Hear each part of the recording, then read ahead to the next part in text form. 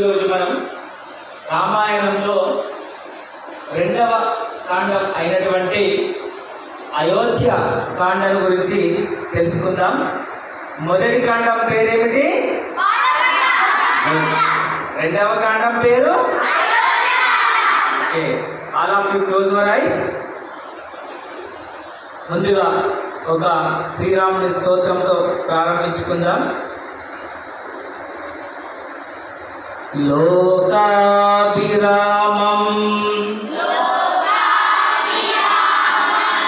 రణరంగధీరం రాజీవనేత్రం రఘువంశనాథం కారుణ్యరూపం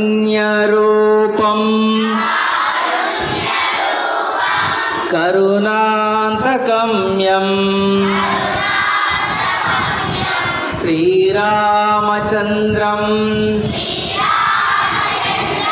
శరణం ప్రపద్యే. Open your eyes. Good. బాలకాండలో శ్రీరాముడు, లక్ష్మణుడు, భరతుడు, శత్రుఘ్నుడు ఈ నలుగురు జనక మహారాజు యొక్క పుత్రికలైనటువంటి సీతను, ఉర్మిలను, మాండవిని, శృతకీర్తిని పెళ్లి చేసుకొని అయోధ్యకు దశరథ మహారాజు సమేతంగా అయోధ్యకు తిరిగి వస్తున్నారు. అయోధ్యకు వచ్చిన తర్వాత అయోధ్యలో అక్కడ పండగ వాతావరణం నెలకొంది. దశరథ మహారాజు ఆ నగరంలో ఎన్నో సంబరాలను జరిపించాడు. ఆ సంబరాలు అంబరాన్ని తాకాయి. అంతఃపురంలోనైతే కోలాటంగా ఉంది. నలుగురు కొత్త కోడళ్లతో అయోధ్య అంతఃపురం చాలా ఆనందంగా, సంతోషంగా ఉంది. ఈ విధంగా అందరి ఆనందకరమైనటువంటి సమయంలో దశరథ మహారాజు అందరికన్నా ఎక్కువగా ఆనందభరితుడై మరొక సంతోషకరమైన, ఆనందకరమైన విషయాన్ని గురించి ఆలోచిస్తాడు. తను అనుకున్నదే తడవుగా తన ఆస్థానంలోని మహామంత్రి అయిన సుమంతుడు, ఇతర మంత్రులను, కులగురువు అయినటువంటి వశిష్ఠాదులను అందరినీ పిలిచి సమావేశపరుస్తాడు. ఆ సమావేశంలో ఒక ముఖ్యమైన విషయం ప్రస్తావిస్తాడు. ఏమై ఉంటుందా సమావేశం? ఆ విషయం గుడ్. శ్రీరామునికి పట్టాభిషేకం చేసి రాజుగా చేయాలి అనేటువంటి తన ప్రతిపాదనను సభ ముందు ఉంచగానే సభలోని వారందరూ తమ కరతాళ ధ్వనులతో ఆనందాన్ని, సంతోషాన్ని వ్యక్తపరుస్తారు. అనుకున్నదే తడవుగా వశిష్ఠులు ఒక దివ్యమైన ముహూర్తం చూస్తారు. ఆ దివ్యమైన ముహూర్తం మరుసటి రోజే, అనగా రేపే ఉంది. అప్పుడే శ్రీరాముని ఆస్థానానికి పిలిపించగా వశిష్ఠుడు తమ తండ్రి గారైనటువంటి అభిష్టాన్ని తెలియజేయగా శ్రీరాముడు మా నాన్నగారు, తండ్రి గారు ఏది చెప్పితే అదే నాకు దైవవాక్కు. మా నాన్నగారి అభిష్టాన్ని నేను శిరసావహిస్తాను, వారి ఆజ్ఞా ప్రకారం చేయండి అనగానే తాను కూడా రాజు కావడానికి సంసిద్ధుడైనట్టుగా భావించి వశిష్ఠుడు, దశరథుడు నువ్వు వెళ్ళి ఈ విషయాన్ని సీతకు, కౌసల్యకు వివరించి రేపటి నీ పట్టాభిషేక కార్యక్రమానికి సమాయత్తం కావాల్సిందిగా ఆజ్ఞాపిస్తాడు. రాముడు వారి వద్ద ఆశీర్వాదాలు తీసుకొని కౌసల్యమాత దగ్గరికి వెళ్ళి విషయాన్ని వివరించి వారి ఆశీర్వాదాన్ని తీసుకొని, మాతృమూర్తి యొక్క ఆశీర్వాదం తీసుకొని సీతా సమేతంగా రేపటి పట్టాభిషేకానికి ఉద్యుక్తులవుతారు. ఈ సమావేశంలో జరుగుతున్న విషయాలన్నీ చాటుగా ఉండి ఒక్కరు విన్నారు. ఎవరు వారు? కైకేయి యొక్క దాసి అయినటువంటి మందర. తాను ఈ విషయాలను వినగానే హుటాహుటిన మందర దగ్గరికి వచ్చింది. మందర కైక దగ్గరికి వచ్చింది. కైక దగ్గరికి వచ్చి ఏమని చెప్పింది? అమ్మ కైకేయి, శ్రీరామునికి పట్టాభిషేకమట. ఇప్పుడే మహారాజుల వారు సభలో ఈ విషయాన్ని చెప్పారు అనగానే కైకేయి సంతోషించి మందరకు ఒక బంగారు హారాన్ని బహుమతిగా ఇచ్చింది. ఎందుకు? ఒక సంతోషకరమైనటువంటి శుభవార్తను చెప్పినందుకు. శ్రీరాముడికి పట్టాభిషేకమా అని ఆనందంతో బంగారు హారాన్ని ఇచ్చింది. ఎందుకంటే కైకేయికి శ్రీరాముడు అంటే చాలా ఇష్టం. ఇంకా చెప్పాలంటే కౌసల్య కంటే కూడా కైకేయి శ్రీరాముణ్ణి ఎక్కువగా ఇష్టపడుతుంది. అలా తనకు శుభవార్తను తీసుకొచ్చినటువంటి మందరకు ఆరాన్ని ఇవ్వగానే మందర కోపంతో ఆ ఆరాన్ని నేలకేసి కొడుతుంది. అంతటా కోపగించిన కైకేయి, ఏ మందర ఏమైంది నీకు? ఎందుకు అలా ఆరాన్ని విసిరి కొట్టావు అనగా, ఓ పిచ్చి తల్లి, శ్రీరాముడు పట్టాభిషేకం కావడం నీకు సంతోషకరమా? అలా అయితే ఎప్పుడైతే శ్రీరాముడు పట్టాభిషేకమై రాజుగా ఎంపిక కాబడతాడో తత్క్షణం కౌసల్యామాత రాజమాత అవుతుంది. రాజమాత అంటే తెలుసా? రాజు యొక్క తల్లి రాజమాత అవుతుంది. సీతాదేవి మహారాణి అవుతుంది. దానివల్ల నీకేంటి ప్రయోజనం? ఎప్పుడైతే కౌసల్యమాత రాజమాత అవుతుందో నీవు ఆమె కింద ఉండాల్సి వస్తుంది, నీ కింద నేను ఉండాల్సి వస్తుంది. సో ఇది మనకు శుభవార్త కాదు. మరి మనకి ఏది శుభవార్త అవుతుంది అంటే, ఈ అయోధ్య నగరానికి నీ కుమారుడైనటువంటి భరతుణ్ణి రాజుగా చేసి పట్టాభిషేకం చేస్తే అప్పుడు నువ్వు రాజమాత అవుతావు. అది నీకు శుభవార్త అవుతుంది అనగానే, భరతుడికి పట్టాభిషేకం ఏంటి? అందరికన్నా పెద్దవాడు జ్యేష్ఠుడు శ్రీరాముడు కదా, అతనికే పట్టాభిషేకం జరగడం న్యాయం కదా అంటే, నీవు శ్రీరాముని భ్రమలో నుండి బయటకు రా. ఒకసారి నీ సొంత కొడుకుని రాజుగా చేస్తే నీ యొక్క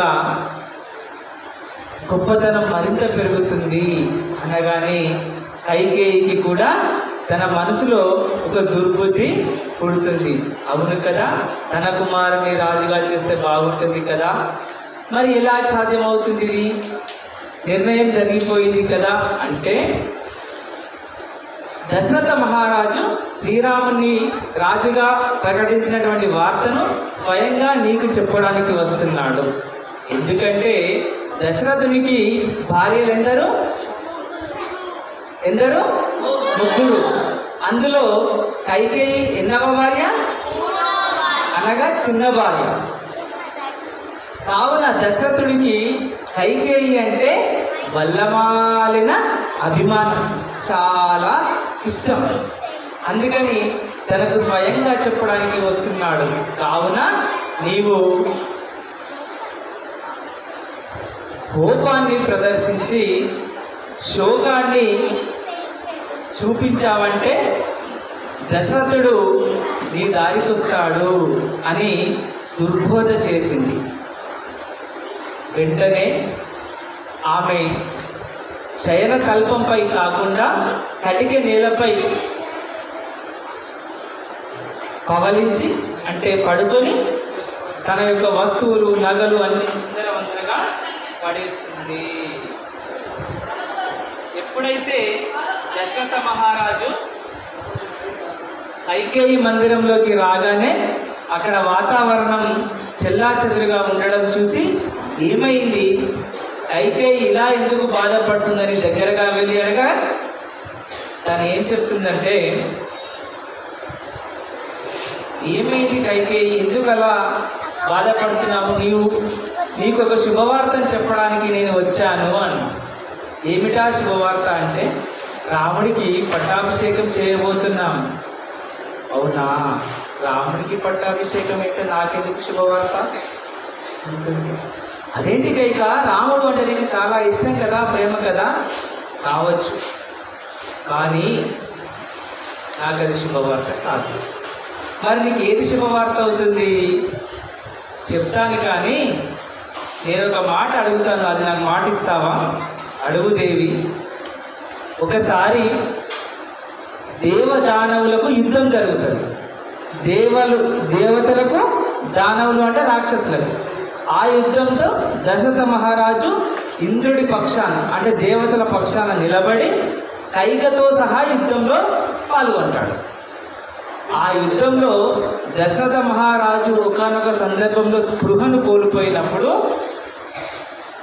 కైకేయి ఏం చేస్తుంది, రథాన్ని ముందుకు నడిపి ఆ యుద్ధంలో దశరథ మహారాజుని కాపాడడమే కాకుండా యుద్ధంలో గెలిచేలా చేస్తుంది. అందుకు సంతోషించిన దశరథ మహారాజు, ఓ దేవి, నువ్వు చాలా గొప్ప పనిని చేశావు, కావున నీవు ఏవైనా ఒక 2 వరాలు కోరుకో, నీకు ఇస్తాను అని చెప్తాడు.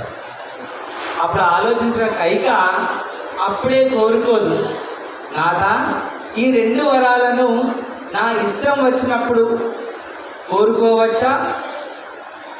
నువ్వెప్పుడు కోరుకున్నా నీకు నీ యొక్క వరాలను ప్రసాదిస్తాను అనగానే, సరే సమయం వచ్చినప్పుడు కోరుకుంటాలే అని చెప్పాను, నీకు గుర్తుందా అని అడుగుతుంది.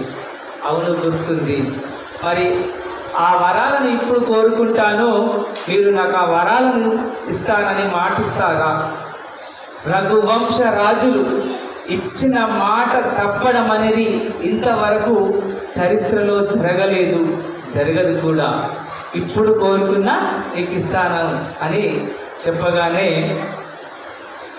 మొదటి వరం శ్రీరాముడికి కాకుండా భరతుడికి పట్టాభిషేకం జరగాలి. ఏంటి? శ్రీరాముడికి కాకుండా భరతుడికి పట్టాభిషేకం జరగాలి.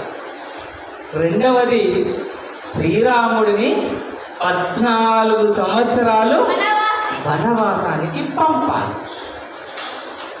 అనగానే ఈ 2 వరాలను విన్న దశరథుడు స్పృహ కోల్పోతాడు, మూర్ఛపోతాడు. కాసేపటికి తేరుకొని, ఓ రాణి, నీవు అడిగినటువంటి 2 వరాలలో అవసరమైతే భరతునికి రాజ్య పట్టాభిషేకం చేస్తాను, కానీ శ్రీరాముని మాత్రం వనవాసానికి పంపను, నా వల్ల కాదు అంటే, మీరు ఆడిన మాట తప్పుతారా? అలాగైతేనే నాకు ఈ 2 వరాలు ఇవ్వండి, లేకుంటే అవసరం లేదు అని అలిగి కూర్చుంటుంది.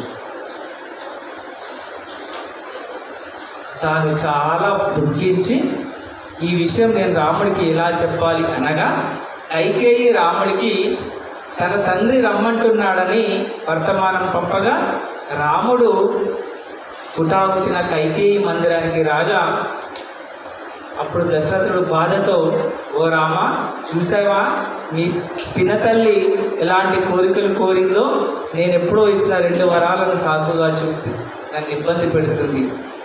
ఏమిటా వరాలు నాన్నగారు చెప్పండి, ఏదైనా సరే నేను నెరవేరుస్తాను అంటాడు. తాను చెప్పాలనుకుంటున్నాడు కానీ చెప్పలేకపోతున్నాడు. నోటి నుండి మాట రావడం లేదు, దుఃఖిస్తున్నాడు. మాత, తండ్రి గారు చెప్పలేకపోతున్నారు, కనీసం మీరైనా చెప్పండి అంటే, ఓ రామ, నేను మీ నాన్నగారు అభీష్టం చెప్తాను, కానీ అవి నెరవేరుస్తానన్న మాట ఇస్తేనే చెప్తాను అని చెప్తాను. తండ్రి గారి కోసం తన ప్రాణాన్నైనా నా ప్రాణాన్నైనా అర్పించడానికి సిద్ధంగా ఉన్నాను. నేను పితృవాక్య పరిపాలకుడిని కదా అనగానే, అవును, సరే వెళ్తే విను, నాకు ఇచ్చిన 2 వరాలు ఏంటంటే, ఒకటి నీ భరతుడికి రాజ్య పట్టాభిషేకం చేయడము, శ్రీరాముని నిన్ను 14 సంవత్సరాలు వనవాసానికి వెళ్ళడం. ఈ కోరికలను నెరవేరుస్తావా అనగానే శ్రీరాముడు చిరునవ్వు నవ్వుతూ, ఇంత చిన్న విషయానిక తండ్రి గారు బాధపడుతున్నారు, నేను తప్పకుండా నెరవేరుస్తానని వారి ఆశీర్వాదం తీసుకొని ఈ విషయాన్ని కౌసల్య మాతకు సీతకు చెప్పి తాను వనవాసానికి సిద్ధమవుతుంటాడు. సిద్ధమవుతున్న సమయంలో సీతాదేవి, రామ నీతోనే నేను వస్తా అని తాను నారచీరలు ధరించి వనవాసానికి సిద్ధమవ్వగా రాముడు ఆక్షేపిస్తాడు. ప్రియా, నీవు ఆ కారడవిలో ఉండలేవు, క్రూర మృగాల మధ్య మనగలలేవు, కావున నువ్వు ఇక్కడే ఉండు. అయినా కైకేయి మాత యొక్క అభిష్టం నేనొక్కడినే వనవాసానికి వెళ్ళాడు అనగా, లేదు నీవెక్కడ ఉంటే నేను అక్కడే అని పట్టుబట్టి మరి తనతో వెళ్ళడానికి సిద్ధమవగా కౌసల్యాదేవి సూచనతో సరే అంటాడు. వీళ్ళిద్దరూ వనవాసానికి బయలుతుండగా లక్ష్మణుడు కూడా నేను నీ వెంటే వస్తాను అంటాడు. మొదటి నుంచి రాముడు ఎక్కడుంటే లక్ష్మణుడు అక్కడే చిన్నప్పటి నుంచి. అప్పుడు రాముడు వారిస్తాడు, అనుజ నీవు ఇక్కడే ఉండు, రాజ్యపాలనలో భరతునికి సహకరించు, మేము వెళ్తామనగా అగ్రజ అనగా అన్న, మీరెక్కడ ఉంటే నేను అక్కడే, మీరెక్కడుంటే అదే నాకు అయోధ్య, మీ వెంటనే నేను వస్తానని చెప్పి అతనితో బతిమాలుతుంటే కులగురువు వశిష్ఠుడి సూచనతో, రామ మీరు కారడవిలోకి వనవాసంలోకి వెళ్తున్నారు కాబట్టి నీకు ఒక తోడు అవసరం, లక్ష్మణుడు నీ వెంట ఉండడం చాలా ముఖ్యం, నీవు లక్ష్మణ సీతా సమేతంగా వనవాసానికి బయలుదేరు అనగా వాళ్ళు ముగ్గురు కలిసి ఎక్కడికి వెళ్తారు? రాముడు, లక్ష్మణుడు, సీత కలిసి వనవాసానికి వెళ్తారు. ఈ వనవాసానికి వెళ్ళేటప్పుడు అయోధ్యలో ఉన్నటువంటి పుర ప్రజలందరూ దుఃఖిస్తూ తమ వెంటనే రాముని వెంటనే మేము వస్తామని బయలుదేరుతుంటారు. అలా కొద్ది దూరం వచ్చిన తర్వాత రాముడు వాళ్ళందరినీ, ఓ ప్రజలారా, నన్ను కనుక మీరు ఇష్టపడితే, నా మాటపై మీకు ప్రేమ ఉంటే నేను చెప్పేది వినండి. మీరు నాతో అడవుల్లోకి రావడం భావ్యం కాదు, మీకు భరతుడు రాజుగా పరిపాలిస్తాడు, దయచేసి మీరందరూ అయోధ్యకు తిరిగి వెళ్ళండి అనగానే వాళ్ళు బాధతో అయోధ్యకు తిరిగి పయనమవుతారు. ఈ ముగ్గురితో మహామంత్రి అయిన సుమంతుడు వనవాసానికి బయలుదేరుతుంటాడు. ఈ సుమంతుడితో కలిసి గంగా నదీ తీరం వద్దకు చేరుకుంటారు. అంటే అయోధ్య నుంచి దక్షిణం వైపుగా వనవాసానికి బయలుదేరుతారు, సౌత్ సైడ్. అక్కడ గంగా నదీ తీరాన గుహుడు అనే ఒక ఆదిమ జాతికి చెందిన, ఆటవిక జాతికి చెందిన ఒక సామంత రాజు ఉండేవాడు. ఎవరు? ఆయన పేరేంటి? గుహుడు. ఈ గుహుడు రామలక్ష్మణ సీతలను సాదరంగా ఆహ్వానిస్తే తన నివాసంలో వారికి ఆతిథ్యం ఇస్తాడు. అక్కడ ఒక రోజు ఉండి మరుసటి రోజు ఉదయాన రాముడు సుమంతుడితో, మహామంత్రి మీరు తిరిగి అయోధ్యకు వెళ్ళండి, నేను ఈ గుహుడి సహాయంతో గంగా నదిని దాటి అవతలి వైపుకు వెళ్తాను అంటే సుమంతుడు, రామ నేను కూడా నీతో పాటే వస్తాను, నీతో పాటే ఉంటాను, నేను అయోధ్యకు వెళ్ళను అనగా, మీరు ఒక మాట వినండి, నేను వనవాసము చేయడానికి వెళ్తున్నందుకు మీరు మాత్రమే సాక్ష్యంగా ఉన్నారు, కావున నేను గంగా నదిని దాటి వనవాసానికి వెళ్తున్నానని మీరు మా తండ్రి గారికి మరియు పినతల్లి అయిన కైకేయి మాతకు మీరు మాత్రమే చెప్పాలి, లేకపోతే నేను వనవాసం వెళ్ళినట్టుగా వారు నమ్మరు. ముఖ్యంగా పినతల్లికి చెప్పండి.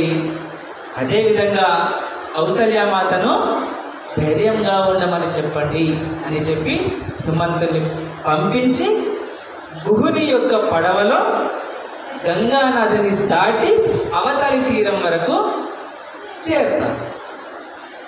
అప్పుడు గుహుడు వారి వద్ద సెలవు తీసుకొని మళ్ళీ వెనక్కి రాగా రామలక్ష్మణ సీతలు ఆ గంగా నది దగ్గర కాసేపు సేద తీరి, అక్కడ గంగా నది యమునా నది రెండు నదులు కలిసే ఒక చోటు ఉంటుంది. దానిని ఏమంటారు? సంగమ క్షేత్రం అంటారు. గంగా యమునల సంగమ క్షేత్రం. అక్కడ ఎవరుంటారు? భరద్వాజ మహర్షి ఉంటాడు. ఎవరుంటారు? గట్టిగా చెప్పండి, ఎవరుంటారు? భరద్వాజ మహర్షి ఉంటాడు. ఆ భరద్వాజ మహర్షి దగ్గరికి వెళ్ళి ఆయన్ని కలుసుకొని ఆయన ఆశీర్వాదం తీసుకొని కొంతకాలం ఆయన ఆశ్రమంలో ఉంటారు. అక్కడ భరద్వాజ మహర్షి శ్రీరాముడికి తనకు తెలిసిన అనేక విద్యలను బోధించి మీ యొక్క 14 సంవత్సరాల వనవాస దీక్షను ఇక్కడే పూర్తి చేయండి అని కోరుకుంటాడు.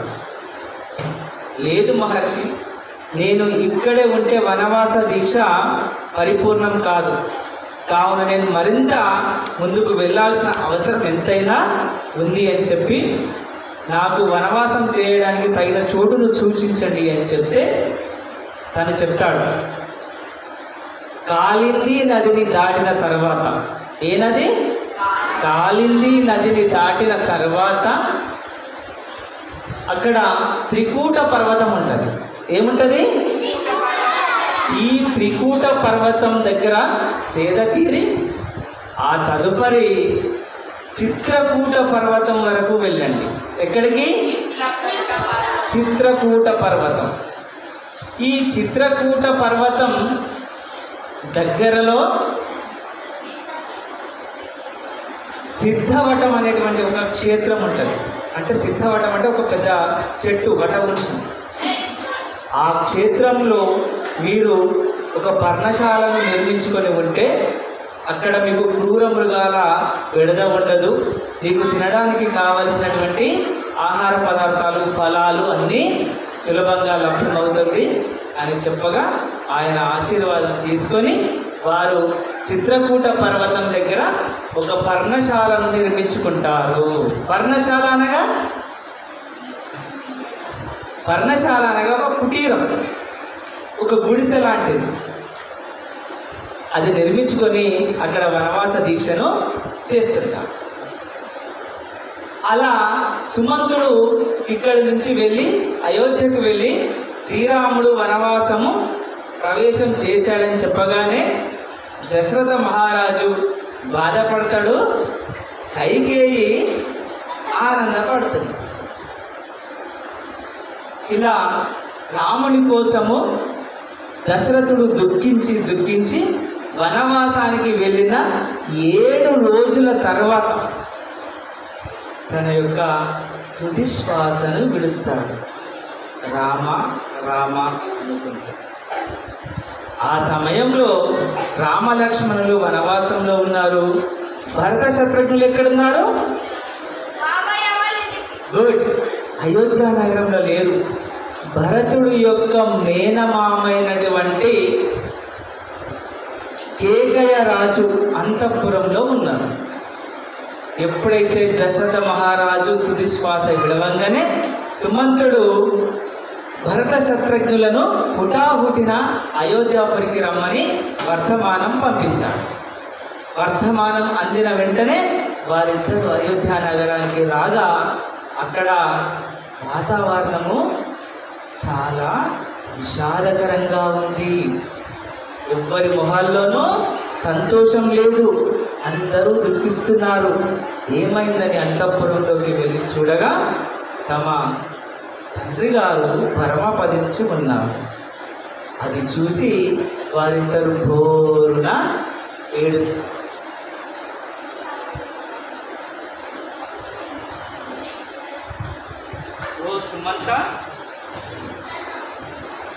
అగ్రజుడు రాముడు లక్ష్మణుడు సీతామాతని ఏది కనబడట్లేదు అనగా అతను జరిగిన వృత్తాంతమంతా చెప్తాడు. అప్పుడు భరతుడికి తండ్రి చనిపోయారన్న బాధ, అగ్రజుడు అడవిలోకి వెళ్ళారనే బాధ, తన తల్లిపైన కోపం ఏకకాలంలో కలగగా దిగమింగుకొని తన తండ్రి యొక్క అంత్యక్రియలను దహన సంస్కారాలను పూర్తి చేసి సరయూ నదిలో స్నానం చేసి పితృతర్పణం అర్పిస్తారు. తదుపరి అంతఃపురానికి వచ్చిన తర్వాత సుమంతుడు చెప్తాడు, ఓ భరత, నీకు రేపే పట్టాభిషేకం, దానికి సంసిద్ధం కావాలని, ఇది మీ తండ్రి గారి యొక్క అభీష్టం అనగానే భరతుడు అంటాడు, సుమంత, ఓ మహామంత్రి సుమంతుడా, ఈ అయోధ్యకు రాజు జ్యేష్ఠుడైనటువంటి రాముడి, నాకు రాజ్యాధికారం కావాలని ఎలాంటి ఆకాంక్ష లేదు, కావున నేను రాజ్య పదవి చేపట్టను అనగా కైకేయి, ఇది మీ నాన్నగారి కోరిక నాయన, ఆయన కోరిక నువ్వు తీర్చాలి కదా అనగా అప్పుడు తన కోపాన్ని తల్లిపై ప్రదర్శిస్తాడు. ఓ అమ్మ, ఎంత పని చేస్తావు? ఈ రాజ్యాధికారం కోసమేనా అన్నగారిని అడవుల పాలు చేశావు, నాన్నగారిని పరలోక పాలు చేశావు అని నిందిస్తాడు. దానికి సుమంతుడు వశిష్ఠుడు భరతుణ్ణి ఓదార్చి, నాయన, జరగాల్సిన కార్యం జరిగిపోయింది, జరగబోయే కార్యం గురించి మనం ఆలోచించాలి, కావున పట్టాభిషేకానికి సంసిద్ధం కావాలని చెప్పగా భరతుడు ససేమిరా ఒప్పుకోడు. రాముడు లేని రాజ్యం నాకొద్దు, రాముడు ఎక్కడుంటే నేను అక్కడే ఉంటానని చెప్పి సైన్యంతో మాతృమూర్తులతో సుమంతుడితో వశిష్ఠుడితో కలిసి రాముని వెతకడానికి గంగా నది తీరం దగ్గరికి వెళ్ళగా గుహుడు జరిగినదంతా చెప్పి పర్ణశాలకు వెళ్ళారని చెప్పడంతో వారు పర్ణశాలకు చేరుకుంటారు. అల్లంత దూరం నుంచి భరతుడు సైన్యంతో వస్తున్నాడని గ్రహించినటువంటి లక్ష్మణుడు, అగ్రజ రామ, భరతుడు మనపైకి దండెత్తి వస్తున్నాడు, మనల్ని సంహరించాలనుకుంటున్నాడు, నాకు ఆజ్ఞాపించండి, నేను వాళ్ళను వధిస్తానని. లక్ష్మణ, ఆవేశపడకు, భరతుడికి ఎప్పుడు నాపై కోపం కానీ ద్వేషం కానీ లేదు, నేనంటే అతనికి చాలా గౌరవం, ప్రేమ. అతను ఎందుకు వస్తున్నాడో రానివ్వు, వచ్చిన తర్వాత ఆలోచిద్దాం అని తనను ఆపగా అప్పుడు తన సైన్య పరివారానంతా ఒక చోట ఆపి భరతుడు, శత్రుఘ్నుడు, వశిష్ఠుడు, సుమంతుడు ఈ నలుగురు కలిసి రాముని పర్ణశాల వద్దకు వచ్చి రాముని కడమడగానే భరత శత్రుఘ్నులు వారికి పాద నమస్కారం చేస్తారు. అప్పుడు రాముడు అయోధ్య రాజ్య ప్రజల క్షేమ సమాచారాన్ని, తమ మాతృమూర్తుల క్షేమ సమాచారాన్ని, తమ తండ్రి గారి క్షేమ సమాచారాన్ని అడగ్గా శత్రుఘ్నుడు దుఃఖిస్తాడు. ఓ శత్రుఘ్న, ఏమైంది చెప్పు అనగా శత్రుఘ్నుడు పరుగున వెళ్ళి వాళ్ళ మాతృమూర్తులను అందరినీ తోలుకొని వచ్చి ఇది పరిస్థితి అని చెప్పగానే తన తండ్రి చనిపోయాడన్న వార్త తెలిసిన శ్రీరాముడు కుప్పకూలిపోతాడు, ఎంతో దుఃఖిస్తాడు. లక్ష్మణ సీతలు కూడా చాలా బాధపడతారు.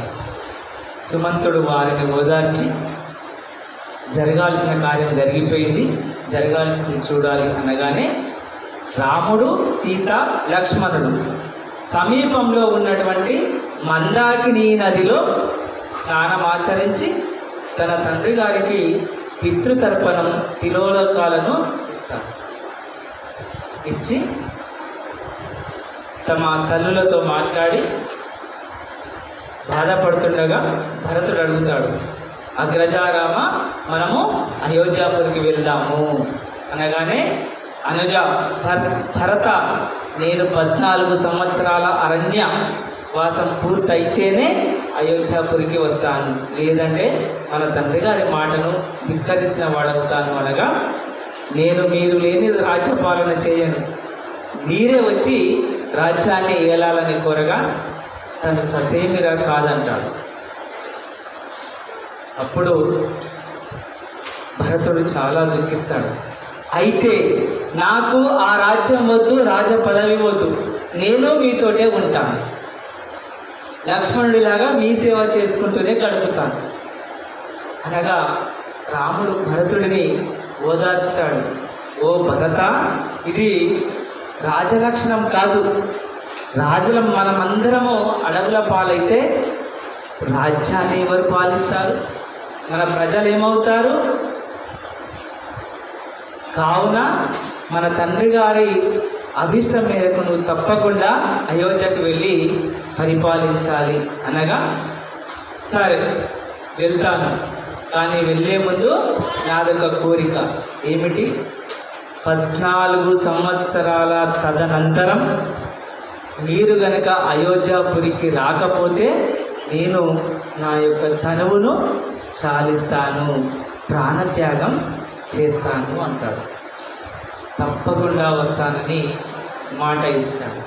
అనగా అప్పుడు భరతుడు మరొక కోరిక, అగ్రజ, నేను అయోధ్యకు వెళ్ళాలంటే మీ యొక్క పాదుకలను నాకు బహుమానంగా ఇవ్వాలి అంటాడు.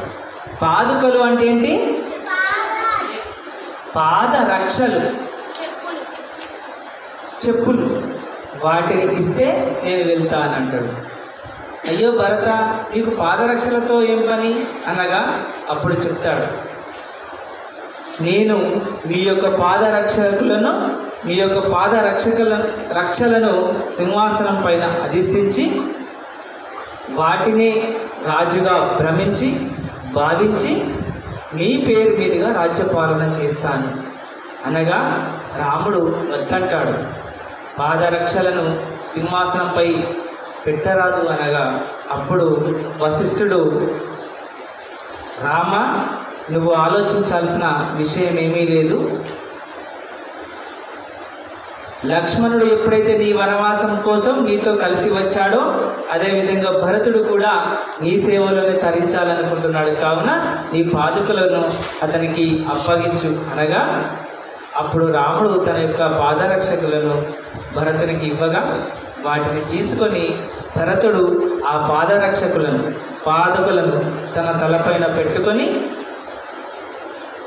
సైన్య సమేతంగా అయోధ్యాపురికి బయలుదేరి అక్కడ సింహాసనంపై శ్రీరాముని యొక్క పాదుకలను ఉంచి అభిషేకించి వాటినే తమ రాజుగా ప్రకటించి ఆయన తరపున నేను రాజ్యపాలన చేస్తాను అని చెప్పడంతో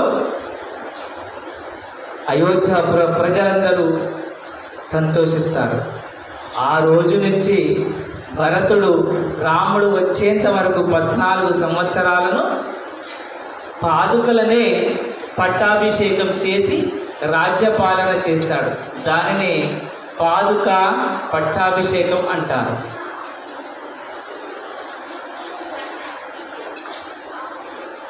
తర్వాత శ్రీరాముడు, సీత, లక్ష్మణుడు ఈ పర్ణశాల నుంచి మరింత దక్షిణ దిశగా వెళ్ళాలని, మహారణ్యంలోకి వెళ్ళాలని భావించి దక్షిణం వైపుగా పయనమవుతుండగా మార్గ మధ్యంలో వారికి ఆత్రి మహర్షి కనిపిస్తాడు. ఆత్రి మహాముని.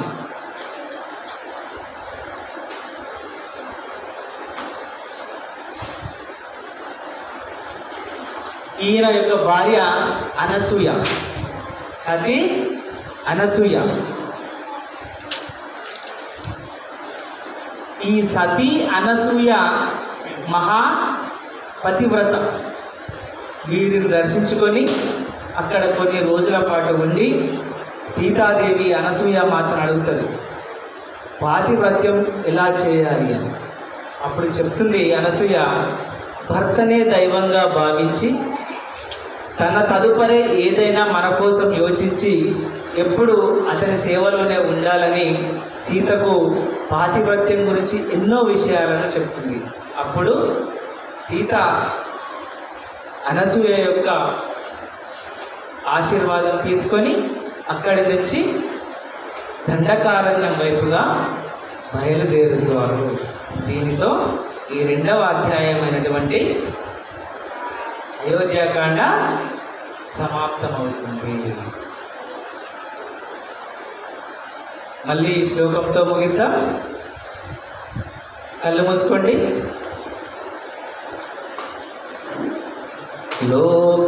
లోకాభిరామం రణరంగధీరం రాజీవనేత్రం రఘువంశనాథం కారుణ్యరూపం కరుణాంతగమ్యం శ్రీరామచంద్రం శరణం ప్రపద్యే శరణం ప్రపద్యే.